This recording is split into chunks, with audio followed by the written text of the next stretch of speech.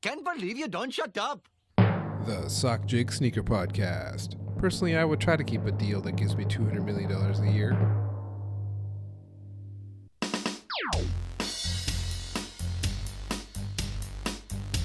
Welcome to episode 42 of the Sockjig Sneaker Podcast. I'm your host, Sockjig. You can follow me on Twitter at Sockjig and on Instagram as well. Today is an emergency podcast talking about Adidas terminating their deal with Kanye West. That's the only topic for today's podcast. I previously had an entire outline for a podcast ready to talk about Kanye and also Lost and Found Ones and a few other topics. And that outline was actually put on hold previously so I could do the interview with John Geiger for the last episode. But I'm just going to punt those topics yet again for next time, and hopefully they're still topical at that point. Speaking of the John Geiger interview, thank you to everyone who listened and messaged me and gave me feedback on that. I really appreciated hearing it. I thought I did a good job with the interview. I thought it came out well, even in the edited version. You know, sometimes it's natural to nitpick and focus on what you could have done better or what else you could have said. But fuck that. I think I did a great job. And even John said that to me afterwards, that it was one of the best interviews he's done. So thank you, John. If you missed it, I'm sorry to say the episode is gone. It's been removed. It's deleted. Some lawyers reached out, asked for it to be removed, so then I removed it. So it's basically the lost episode. You know, maybe one day it can be restored or we can talk with John again. And John said he's open for that, but not today and not for the next little while. So either way, I appreciated John for taking the time to talk to me. I also wanted to thank everyone who bought the business plan socks in paper white. Thank you very much. I have probably a little bit over a dozen left if you're still looking for them. They're available on shop.sockjig.com. You can go straight to the site and get them there. If you like me, you like the pod, you want to support me, and you want to support the podcast, buy those socks right now. I would really appreciate it. Thank you. So, on to the show, on to the Kanye West show. I will get into as much as I can on this emergency podcast. I'm not going to get into his antics. I'm not going to try to parse his words and what he really meant or what he really said. We've seen the clips, we've heard the clips, but obviously it's hard to ignore every single thing. So around the edges, I will get into it. And of course, take my usual logical approach and talk about the points that interest me. So first off, I was going to go back and talk about the Adidas partnership and how they initially put it under review and why it took so long. Then we'll get into the whole announcement and terminating the deal, and also talk about the whole conspiracy theory that he did it on purpose and my own poorly worded tweet about it. And then we'll get into what's next for Resell, what's next for Adidas, and what's next for Kanye himself. I got a few calls, one I could not air, so I will intersperse those calls as well and share my thoughts throughout as well too, including at the end. So let's go. So as I said, I'm not going to get into the antics of what he said and where he was and how many interviews he did. The very short version is he said a bunch of stuff that is anti-black, anti-Semitic, and then went on way too many interviews on Drink Champs and Fox News and other podcasts. Up front, I will say I did not watch the entire 3.5 hours of the Drink Champs interview. It was just way too long for me to listen to that much bullshit. I did see the sections where he was talking about Adidas and things like that, and I saw some clips too and saw people sharing clips of the bad comments and then people doing the opposite, saying, well, people aren't sharing these where he says something positive. And when I played those clips, you know, he would start off fine, he would sprinkle in some batshit stuff, and then he would end it with a stereotype, and I didn't think it was positive at all, so I don't know. But first I wanted to talk about Adidas putting the deal under review. So very soon after that Drink Champs episode came out, Adidas put out a message that the relationship was under review. So when they put this out, I took it as a sign that they were sending a message that they're not just going to sit by the sidelines and do nothing. It was a message to everyone who was horrified by the comments, but also a message to employees too, that we're not just standing idly by, that we're going to do something. I always assumed Adidas's hope was that Kanye just goes quiet and this all blows over in a few months, and then they would never have to announce anything about the review. But he wasn't quiet. He would go on, you know, Tucker Carlson and Piers Morgan and say more batshit stuff. Especially the one clip where he was on Drink Champs talking about, I can be anti-Semitic and Adidas can't stop me. That one kept gaining steam. And that comment alone killed whatever time Adidas thought they might have had for the review. If they thought they had a month, well, now you got a week, 2 weeks tops. Because he's literally challenging you that you guys won't do anything. So then you got to do something.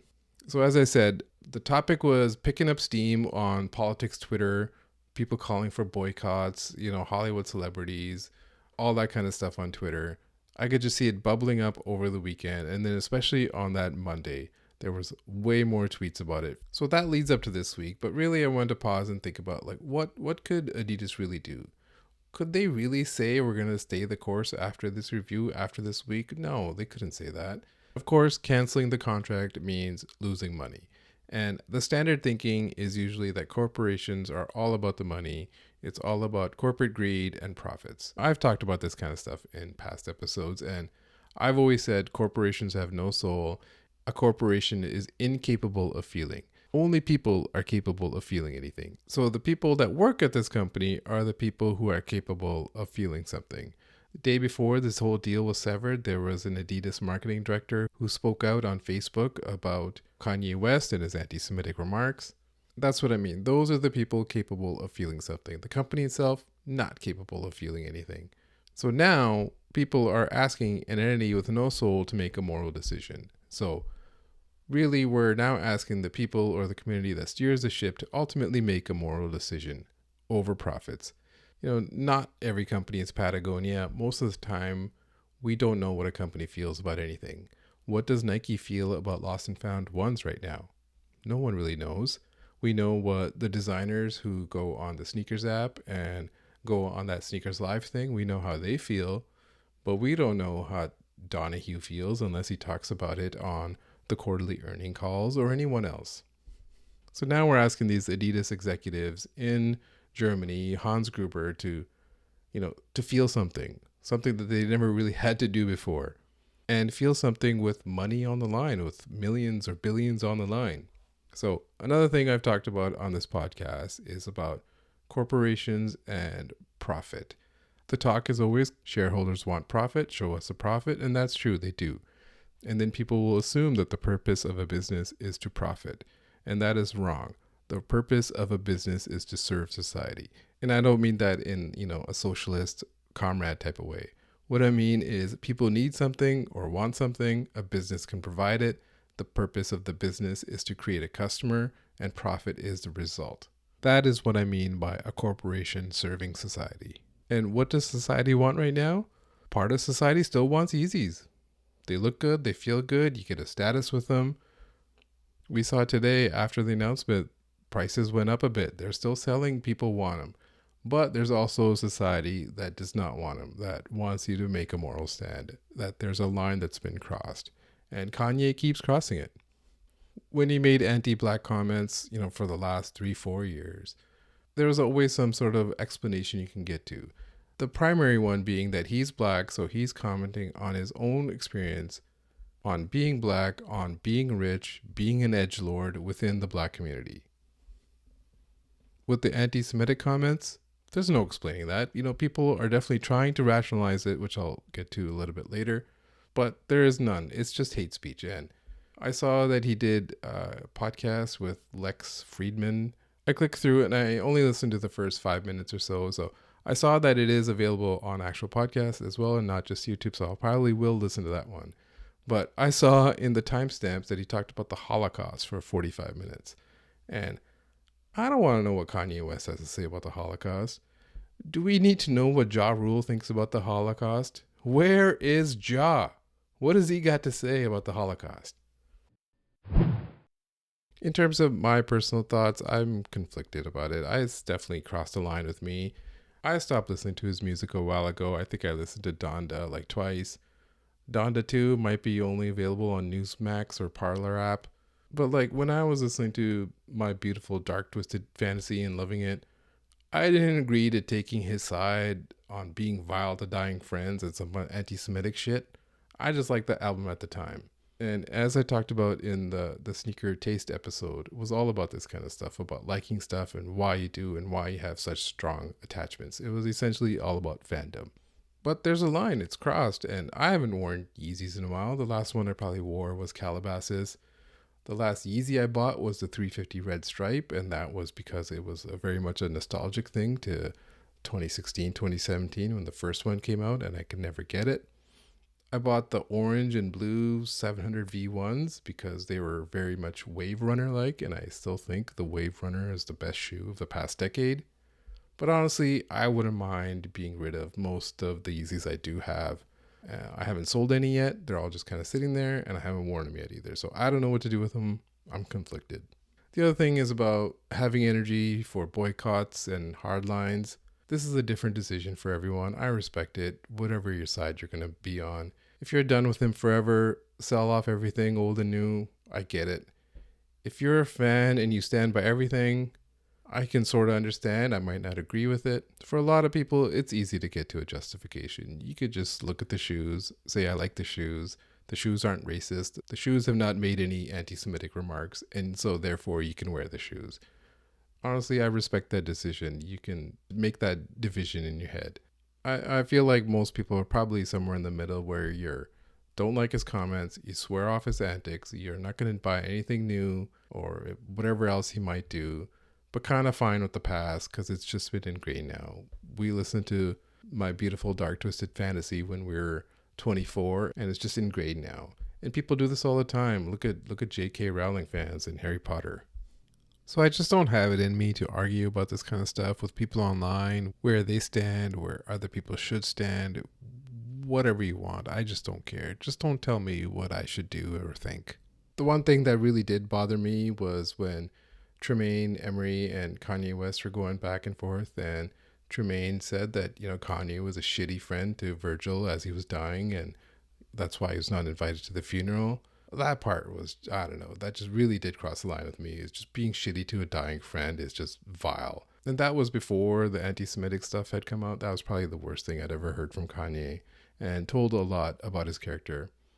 And it was really amazing that Tremaine actually spoke out about it, being, a former friend.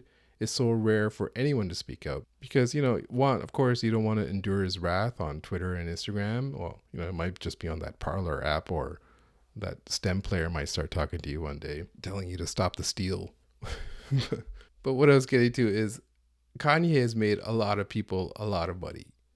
And so anyone who's ever worked closely with him has benefited from it. People's entire livelihoods and companies and standards of living have all been raised being around Kanye West in his orbit. So when you have him to thank for that, you're not going to speak out. So most people will not speak out. It's not shocking to me that Wex is not going to say anything, even though he is Jewish. But he was so close to him, and his life altered and went on a totally different direction because of Kanye. And he may want to keep it private. I respect it. I understand. So that's why it was amazing for Tremaine to come out and say something. So anyways, back to Adidas and the whole deal. It is Monday, October 24th. That's when I said that, the pressure was mounting. There was a lot more tweets and outrage about what Kanye had said and why Adidas hadn't done anything. And I had heard that day that meetings were basically underway at Adidas, whether that's at Portland or Germany, wherever, I don't know. So I tweeted about it and said, a decision could be very soon, maybe this week. And I was talking with Lois Sakani of Snobet. She's a sneaker analyst for Wall Street, and she was saying companies go into a quiet mode before earnings reports, and Adidas's earnings were on November 9th, so it seemed like this was way too big for that something had to be said very soon. And so then today, October 25th, the statement was put out. The statement has a lot of interesting things in it. I don't know, you probably had a chance to see it. They say they do not tolerate anti-Semitism in the very first sentence or any sort of hate speech. They say, after thorough review, the company has taken the decision to terminate the partnership and immediately end production and stop all payments to Kanye and his companies. I don't know if they had said pencils down on drawings way earlier and the production was still going, but it sounds like now it's everything across the board. Production is stopped, pencils are down on the drafting boards and all that stuff. They said the short-term impact is losing 250 million euros on the company's net income.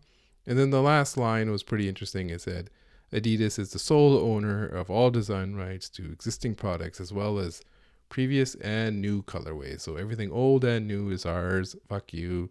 We own it. Get the fuck out. So how they got here, most likely there was some sort of morals clause. I'm assuming any big name celebrity type of person will have something like that you can't just be out there saying shit. The details of it, we don't know. We don't know if you invoke that clause, does that mean you don't have to pay out the rest of the contract? Does it mean Kanye has to pay penalties back? I don't know. But Adidas owns the shoes, but not the Yeezy names.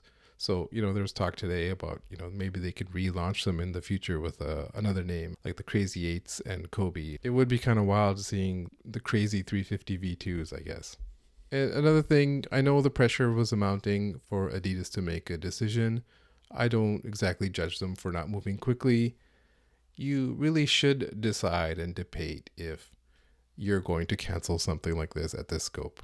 Like I said, we're asking a corporation that doesn't feel to all of a sudden feel something, to have some morals, to draw a line.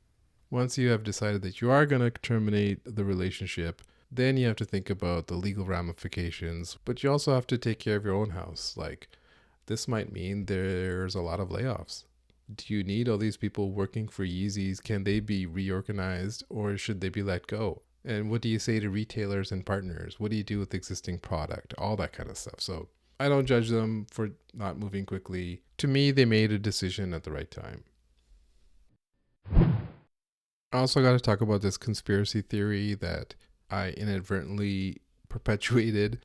So the theory is that Kanye West did all this on purpose to get out of his Adidas contract, that it was all part of some sort of master plan. Personally, losing $100 to $200 million doesn't sound like a sound business strategy. I would try to keep $100 million, $200 million a year if I could. So I sent a tweet about it. I said, conspiracy theory, Ye did it on purpose to get out of the contract. And then I was trying to debunk the theory. But a lot of people just stopped reading at that and started replying that, yes, I totally believe this.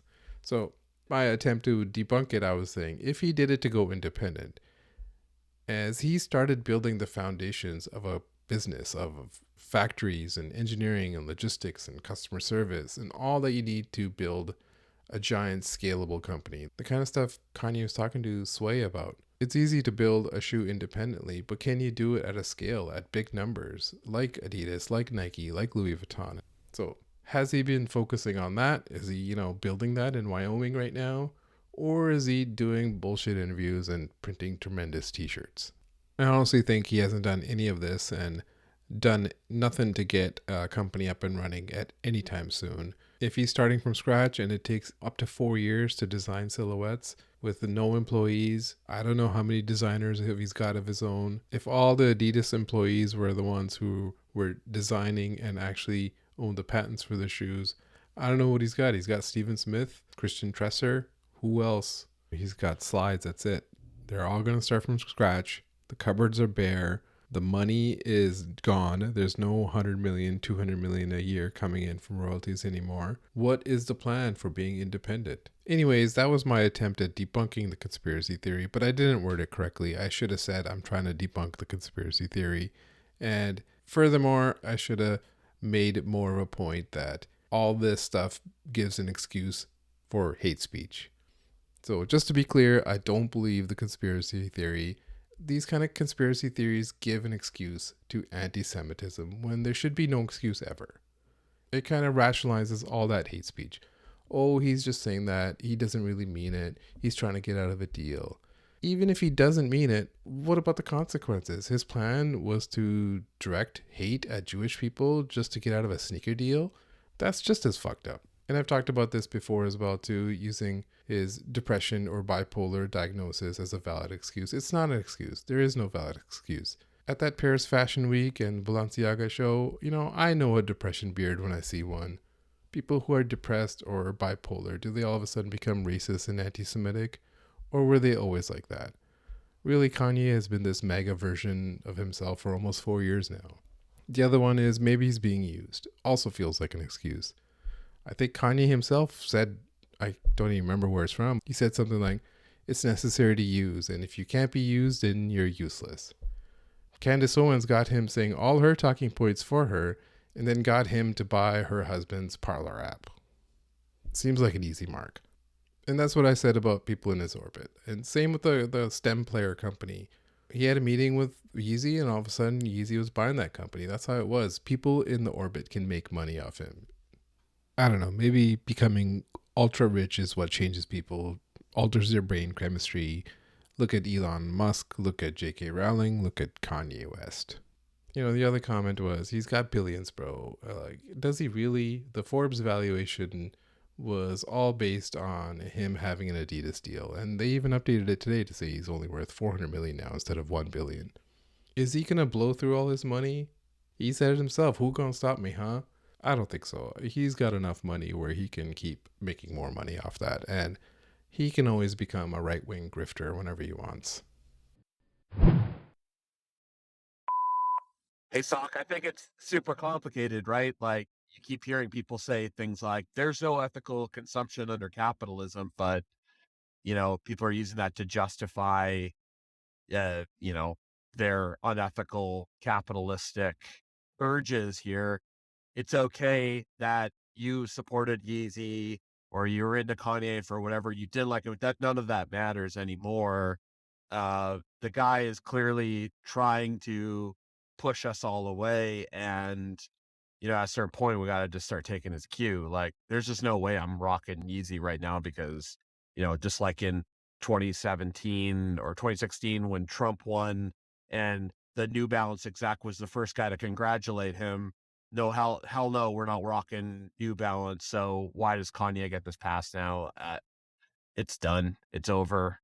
He had his run. What's up, Sockjig? This whole stuff going on with Yeezy and Adidas.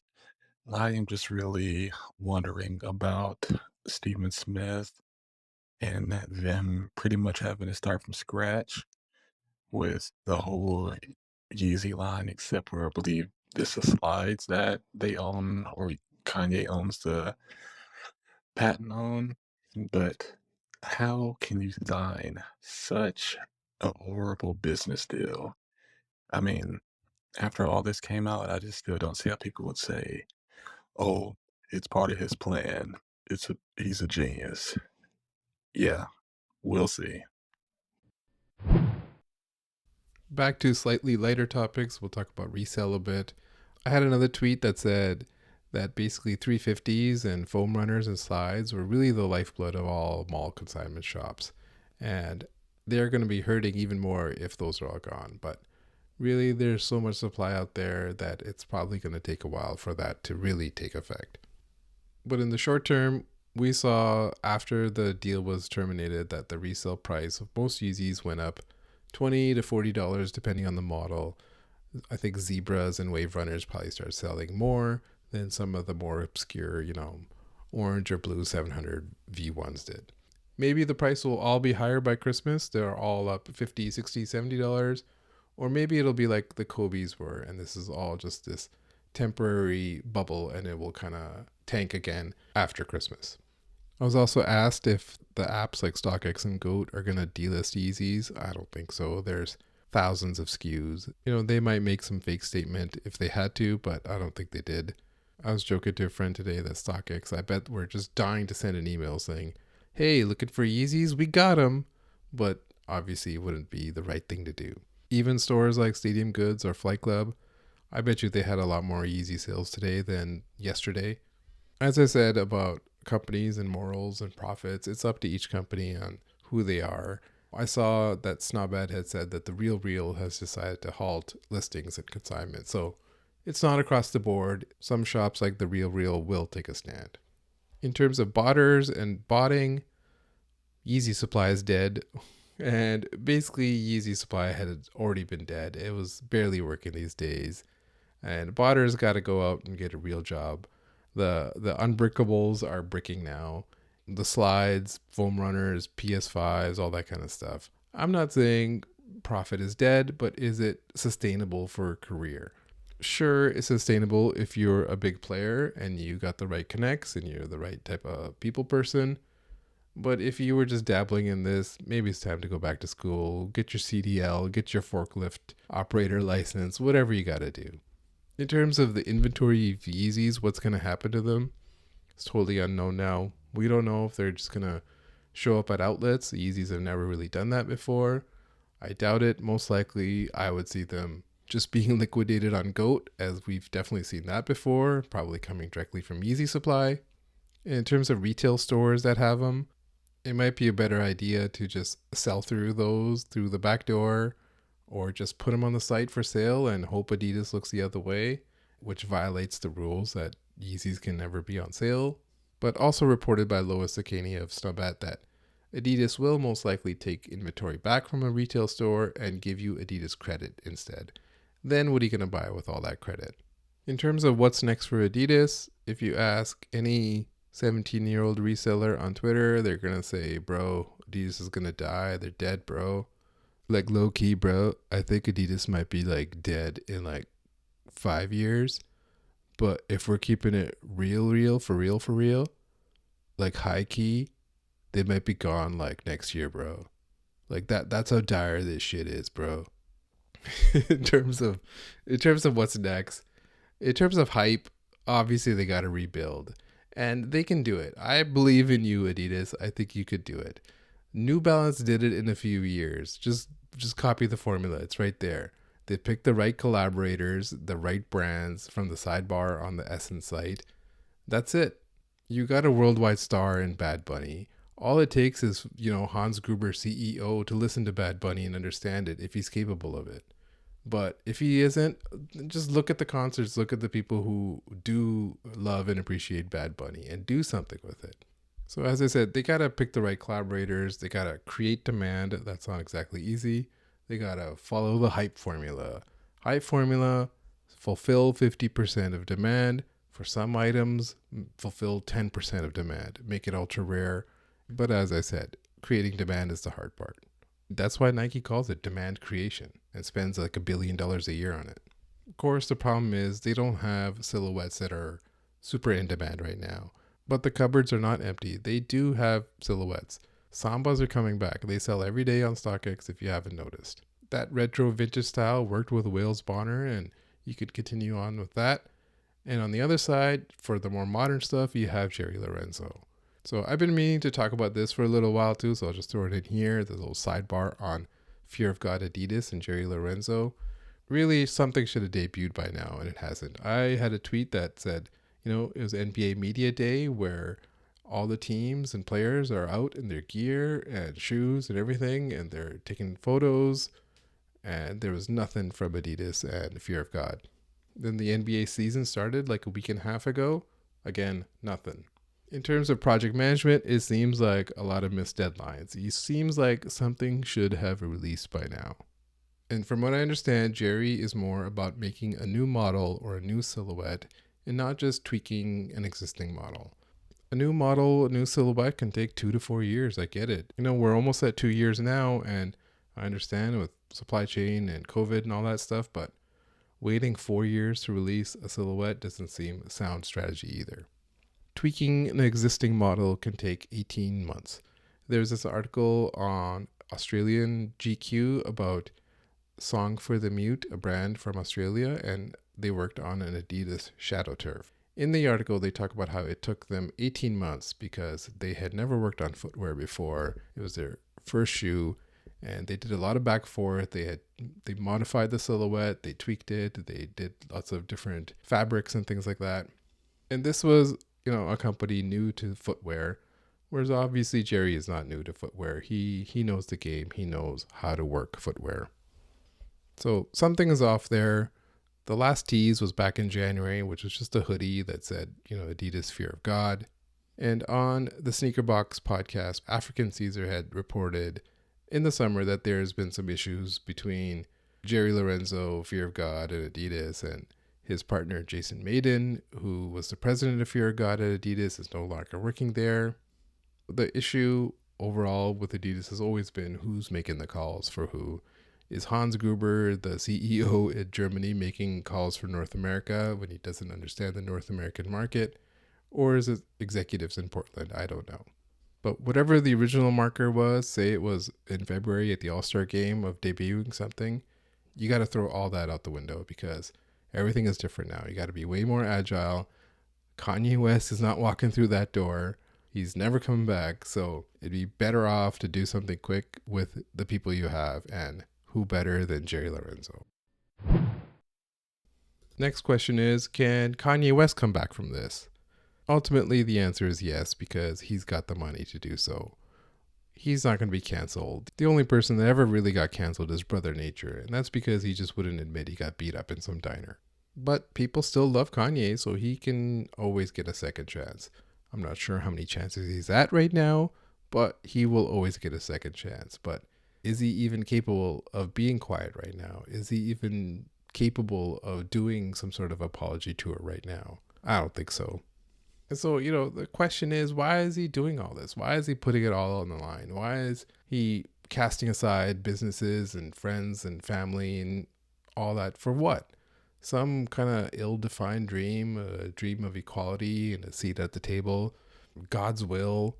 But at what cost? Is it God's will to build on hate speech and things like that? No. So he's got this dream of being independent, of generational wealth. And the goal of any dream is to make it a reality. Well, here it is. It's a reality now. Everything's been stripped away. The banks, the lawyers, the documentaries, Anna Wintour, Demna, it's all gone, all stripped away. And the thing about having a dream is that the one thing that can truly crush a dream is having it come true. This has been episode 42 of the Sockjig Sneaker Podcast. Thank you for choosing this show to be a part of your podcast day. And as always, go fuck yourself.